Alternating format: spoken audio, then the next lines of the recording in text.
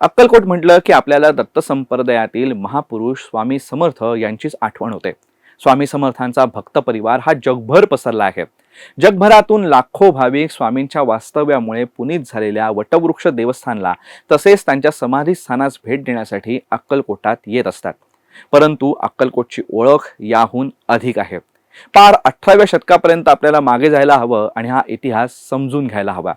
मराठेशाहीच्या अव्वल काळात अक्कलकोटचे नाव महाराष्ट्रात गाजत होते।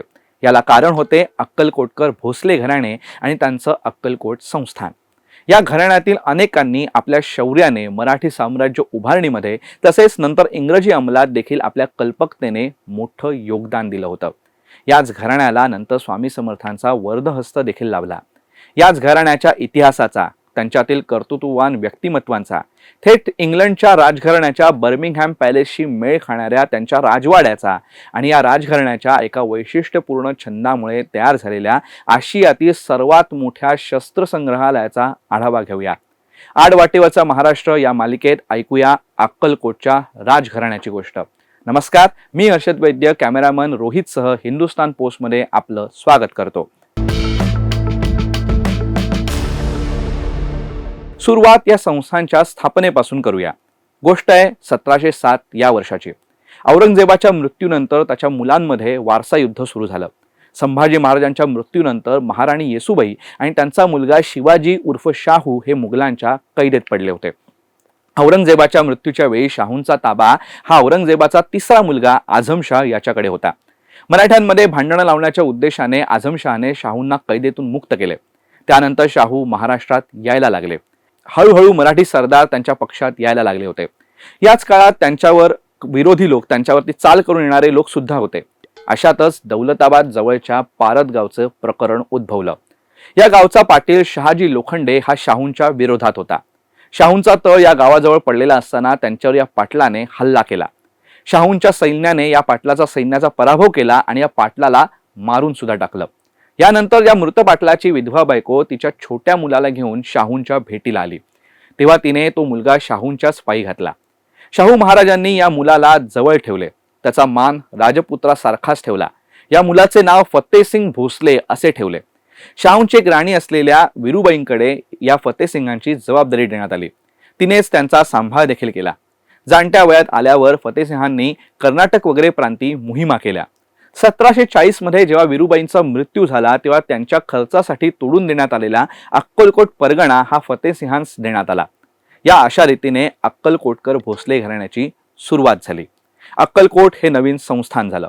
पुढे 1818 मध्ये पेशवाई बुडाल्यावर फतेसिंह दुसरा यांच्या कारकिर्दीत हे संस्थान इंग्रजांच्या अंमलाखाली आले।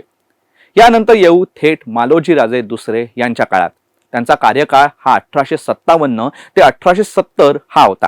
हा काळ अक्कलकोटच्या इतिहासातील सुवर्ण काळ होता। याचे कारण म्हणजे याच काळात स्वामी समर्थ महाराजांचे अक्कलकोटात आगमन झाले होते। मालोजी राजांनीही स्वामींचे शिष्यत्व पत्करले होते। स्वामी राजवाड्यात येत असत। संपूर्ण राजपरिवार हा स्वामींचा भक्त होता। स्वामींच्या अवतार समाप्तीनंतर बाळाप्पा महाराजांना देखील राजपरिवाराने गुरुस्थानीच मानलं होतं। या स्वामी समर्थ संस्थांची जबाबदारी देखील या राजघराण्याने उत्तम सांभाळली। आजही स्वामी समर्थ संस्थांची व्यवस्था या राजघराण्याकडूनच सांभाळली जाते। खुद्द मालोजी राजांची भक्ती पाहून स्वामींनी आपल्या पादुका स्वहस्ते राजांना दिल्या होत्या। आजही या पादुका राजघराण्याच्या देवघरात आहेत। 20व्या शतकाच्या सुरुवातीस या मालोजींचे नातू फतेसिंह तिसरे हे अक्कलकोटच्या गादीवर आले। राजकोट येथे असलेल्या राजपुत्रांच्या कॉलेजमध्ये त्यांचं शिक्षण झालं होतं। लहानपणापासूनच मैदानी खेळ, घोडेस्वारी, लष्करी प्रशिक्षण यांची त्यांना आवड होती। त्यांनी डेहराडूनच्या लष्करी महाविद्यालयात लष्करी प्रशिक्षण देखील घेतलं होतं। त्यांनी अक्कलकोटात अनेक आधुनिक सोयीसुविधा निर्माण करण्यास सुरुवात केली होती। 1914 मध्ये युरोपात पहिल्या महायुद्धाची सुरुवात झाली। तेव्हा भारतातील अनेक राजघराण्यातील तरुणांना, युवा नेतृत्वांना युरोपात लष्करी नेतृत्व करण्याची संधी मिळाली। यामध्ये फतेसिंह महाराजांचा देखील समावेश होता। त्यांनी या युद्धात इंग्रजांच्या बाजूने जर्मनी विरुद्ध मोठा पराक्रम गाजवला। यासाठी त्यांना ऑनररी कॅप्टन या पदवीने सन्मानित देखील करण्यात आलं होतं। या युद्धाच्या आधी देखील महाराजांनी युरोपचे दौरे केले होते। या दौऱ्यांच्या वेळी फतेसिंह यांच्यावरती युरोपीय स्थापत्य शैलीचा प्रभाव पडला होता। याच धर्तीवर आपल्याकडेही बांधकाम करण्याचं त्यांनी ठरवलं। याच प्रेरणेतून त्यांनी इंग्लंडच्या राजघराण्याचे निवासस्थान असलेल्या बर्मिंगहॅम पॅलेसच्या धर्तीवरती अक्कलकोटचा नवा राजवाडा बांधण्यास सुरुवात केली. 1910 मध्ये सुरुवात झालेल्या राजवाड्याचे बांधकाम 1925 मध्ये पूर्ण झालं. दुर्दैवाने याचे बांधकाम पूर्ण होण्याआधीच फतेहसिंह यांचे 1923 मध्ये निधन झालं. त्यांच्या पश्चात त्यांच्या पत्नी ताराराणी साहेब यांनी हे बांधकाम पूर्ण केलं. हा राजवाडा पाश्चात्य डोरिक आणि कोरिंथियन शैलींचं मिश्रण करून बांधला गेलाय. पूर्णपणे युरोपीय पद्धतीचे हे बांधकाम आहे.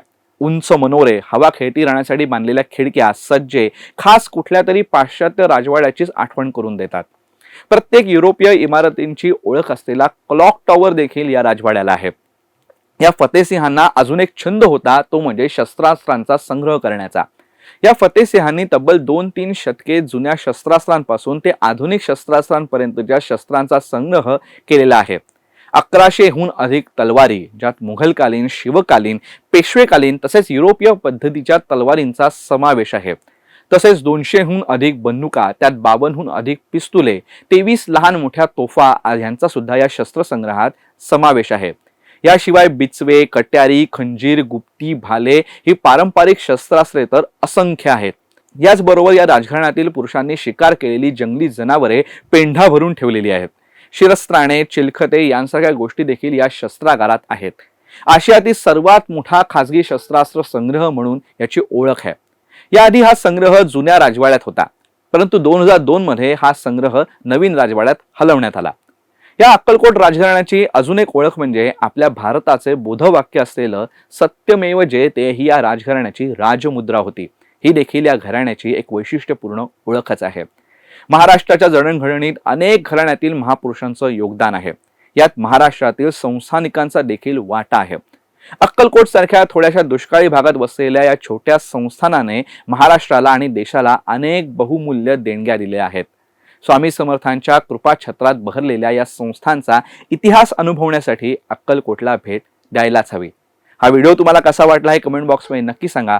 अशाच अजून कुठल्या स्थानांबद्दल तुम्हाला या मालिकेत जाणून घ्यायला आवडेल तेही आम्हाला कमेंट बॉक्समध्ये नक्की सांगा. आणि असेच माहितीपूर्ण व्हिडिओज बघण्यासाठी हिंदुस्तान पोस्ट यूट्यूब चॅनलला सबस्क्राईब करा आणि फेसबुक पेजला लाईक फॉलो करायला विसरू नका.